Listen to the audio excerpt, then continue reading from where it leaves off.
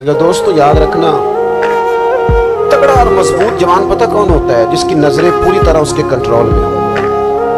ये अलामत जवानी है। जिस आदमी का पूरी तरह, दो लोग दुनिया में कभी कोई कारनामा सर अंजाम नहीं दे सकते, एक जो हराम खाता हो, एक जिसकी नजर नापाक हो।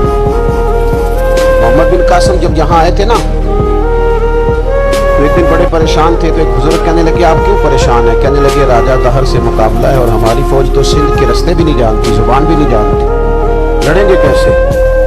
2-4 दिन के बाद उन बुजुर्गों की दोबारा मोहम्मद बिन कासिम से मुलाकात हुई तो बड़े खुश थे। आप क्यों खुश हैं? कहने लगे वो मेरा मुकाबला नहीं कर सकता, मैंने तहकीक कर दी। आप क्यों? कहने लगे नजर का गंदा है, जो नजर के गंदे होते हैं वो मैदानों में ठहरा नहीं करते। मैदान के लिए निकलने के लिए पाक जवानी की जरूरत होती है, ततहीर मिजाज होना जरूरी होता है, पाकीज़ा अफकार और सच्ची और सुच्ची सुथरी सोचों का होना जरूरी होता है। इसलिए फरमाया कि मेरा मुकाबला नहीं कर सकता। हज़रत अब्दुल्लाह इब्न हुज़ाफा कमरे में थे, तो वजीर की बेटी अंदर सजी समरी पहुंच गई। जैसे ही आपने इस कुफर की चाल को देखा तो तयम्मुम करके नफल शुरू किए। वो सारी रात बैठी रही, रब का बंदा सारी रात इबादत करता रहा। इबादत बड़ा सहारा है, मुसल्ला बड़ा सहारा है अल्लाह के बंदों। सुबह दरवाजा खोला, वजीर ने अपनी बच्ची से पूछना चाहता था रिजल्ट क्या निकला, तो कहने लगी पीछे हट जा, अब तेरा मेरा ताल्लुक कोई नहीं, मैंने नबी पाक का कलमा पढ़ लिया। उसने कहा मैंने भी जमाना देखा है, पर ये क्या लोग हैं, कस्तूरी के बने हुए, संदल से धुले हुए, कि मैं सारी रात कमरे में रही और 100 और 1000 आदमी जिस जवान का मुकाबला ना कर सके, इतना ताकतवर जवान कमरे में रहा और उसने नजर उठा के ना देखा। वो कच्चा रंग ललारी वाला जड़ा चढ़दा ते लैंदा रहिंदा है, ए इश्क तेरे दा रंग मुहम्मद चढ़िया फेर नहीं लैंदा। देखा एक दफा नजर उठा के नहीं देखा, कमाल हो गई। इतने बड़े लोग, इतनी बड़ी सादतमंदी, फिरोज बख्ती, मामला फहमी हद हो गई। अल्लाह अकबर। दोस्तों, बादशाह जब पूरी तरह हार गया ना, उसे कहा मार दो। तेल गरम किया एक कढ़ाई में, और जब आपको उसमें डालने लगे तो आपकी आंखों में आंसू आ गए। बादशाह का ख्याल हुआ शायद नरम हो गए हैं। कहने लगा रोए क्यों? फरमाने लगे सोचता हूँ जान ही एक है, कितना मजा है उसकी राह में जान देने का, कितनी लज्जत है उसके नाम पर मरने में, कितना लुत्फ जे तू चढ़िया उत्ते दार भी नहीं, जे तू विकया इश्क बाजार भी नहीं, ते एडा सस्ता सौदा प्यार भी नहीं, ते एडा सस्ता लभदा यार भी नहीं। कई जंगल गाने पैंदे नी, कई दोज़ख लंघने पैंदे नी, जे वो इस मुल्लों भी मिल जावे, एदू सस्ता होर व्यापार भी नहीं। ते कुछ समझ ना आवे लोकां नूं कादे नाल शहीद करे, डिठी यार दे हथ तलवार भी नहीं, पर ओदा खाली जांदा वार भी नहीं। कहने लगे एक जान है ना, दिल करता है हजारों होती तो एक एक करके महबूब के नाम पे कुर्बान करता, जब मेरे पास है ही एक, करूं क्या?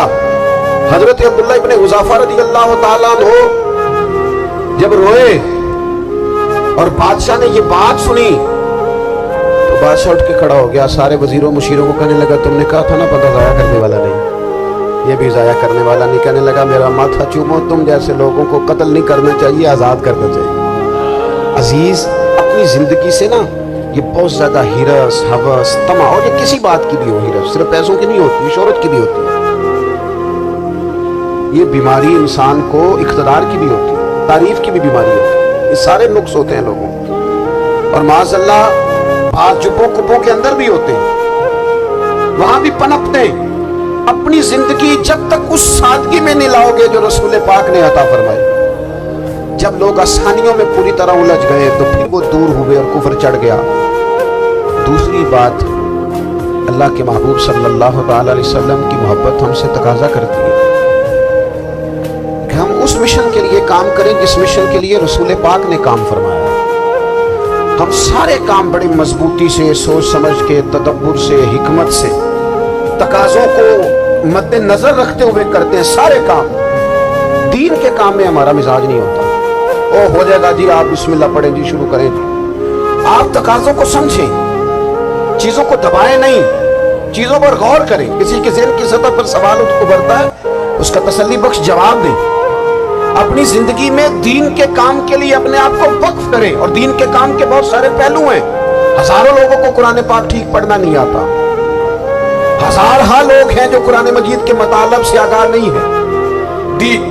दीन की बुनियादी जरूरियात से लोग नाबलद हैं। मैं आपको किस तरह ये बात समझाऊं कि हजारों की तादाद में तलाकें इसलिए होती हैं कि मर्दों को तलाक के मसले नहीं आते। उन्हें पता नहीं है कि मुझे हुकूक ज़ौजैन के मामले में कैसे चलना।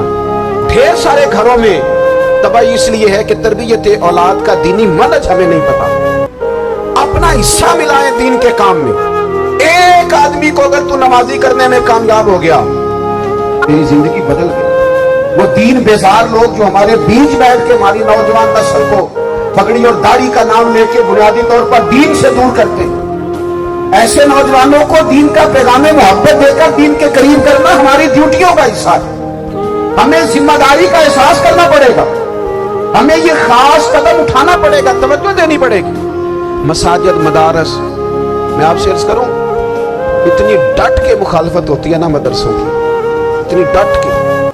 मैं इदारा चलाता हूँ, उसके चलाने में जो मुश्किलात हैं वो तो हम बता नहीं सकते आपको, इसलिए कि मेरी कौम, मेरा उस कौम से ताल्लुक है जो नात खां अमीर करना चाहती है, मदरसे नहीं। हाँ, नकीब खतीब पैदा करना चाहती है, शेर व शायरी की ज़िंदगी को परवान चढ़ाना चाहती है। फ़कत हमारा उन लोगों से ताल्लुक है जो लाखों करोड़ों रुपया मुहाफिल पे लगाएंगे। और कारी साहब बेचारे अगर मस्जिद का कोई होने वाला काम किसी वक्त बता देंगे तो वो बड़ी मुश्किल आ जाएगी उनके लिए।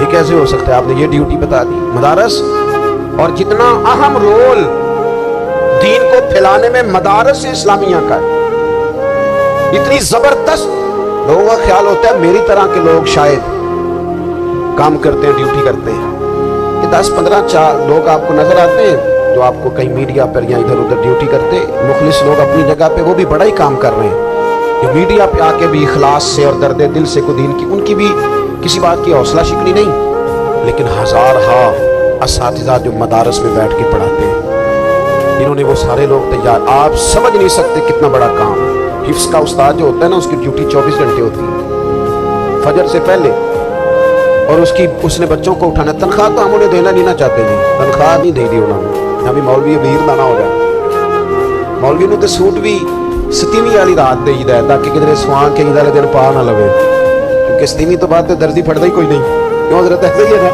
उस वक्त तो नहीं ना लेता। तो हम चाहते हैं मौलवी हमारी मर्जी के हमारी तरह का सूट ना पहन ले। मदारस की मजबूती आप ये देख लें, ये सलाहुद्दीन अय्यूबी का ताल्लुक भला किस चीज से था।